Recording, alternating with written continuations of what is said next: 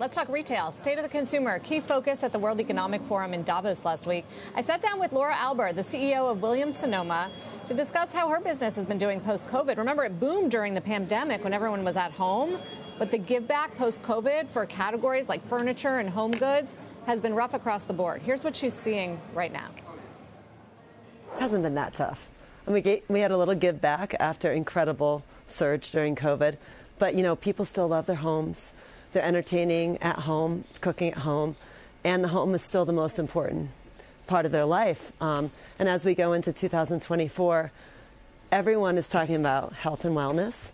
And I think what's exciting is that when you think about home, that's the place where you develop those healthy habits. And so there's a lot that we have in the pipeline to really capitalize on those trends. Sort of to drive the secular growth at a time where, there are questions about Americans prioritizing spending, for instance, on their homes. Mortgage rates have been very high. They've stabilized and come down a little bit. Do you see a bottoming? I don't know about a bottoming. I think that, plateau is kind of how I think about planning this year, because I'm not relying on the macro improving to drive our business, and I'm also not expecting a disaster. So if it stays where it is, we have plenty of great growth opportunities to drive it. And that's what I'm looking forward to. Yeah, with the top line declines, you've seen increasing profitability. Well, that's a whole separate subject. But yes, big opportunity on the profitability. And it was an interesting year because we talked about this last year, and I don't think people really believed how much upside we truly had on the bottom line. What is driving that? It's a lot of things, both external and internal. So, obviously the supply chain headwinds that we had during COVID have abated.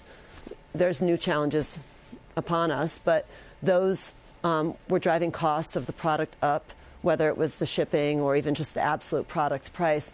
And so that was, we saw that coming. But at the same time, we also knew that focusing on service and returning to world-class service was going to really drive a ton of savings. Even I didn't realize how much that could be. When you think about shipping furniture, if you ship it and there's a damage, and you have to ship it again, or you're bringing separate products together, and instead of doing one delivery, I have to do 3 to your house, you can imagine the costs grow and grow and grow. And so now that our supply chain is not only where it was, but is improved, we're seeing a lot more return on the bottom line. You're also, I know, experimenting and using generative AI, right, to make things more productive. Where are you in that process? It's real. It's not just an idea for us. There's the obvious things, whether it's copywriting and, some co-pilot customer service stuff. But where I didn't expect it is in supply chain logistics decisions, where we would have to make those decisions by analyzing things. Now we have much more productive, analysis to make better decisions to save us money. So that'll continue to be a growth driver for margins. Yeah, and the other thing that's great and that we've talked about a lot is the relevancy of marketing and using AI to send the most relevant marketing to you, which is, I think, the epitome of excellent customer service.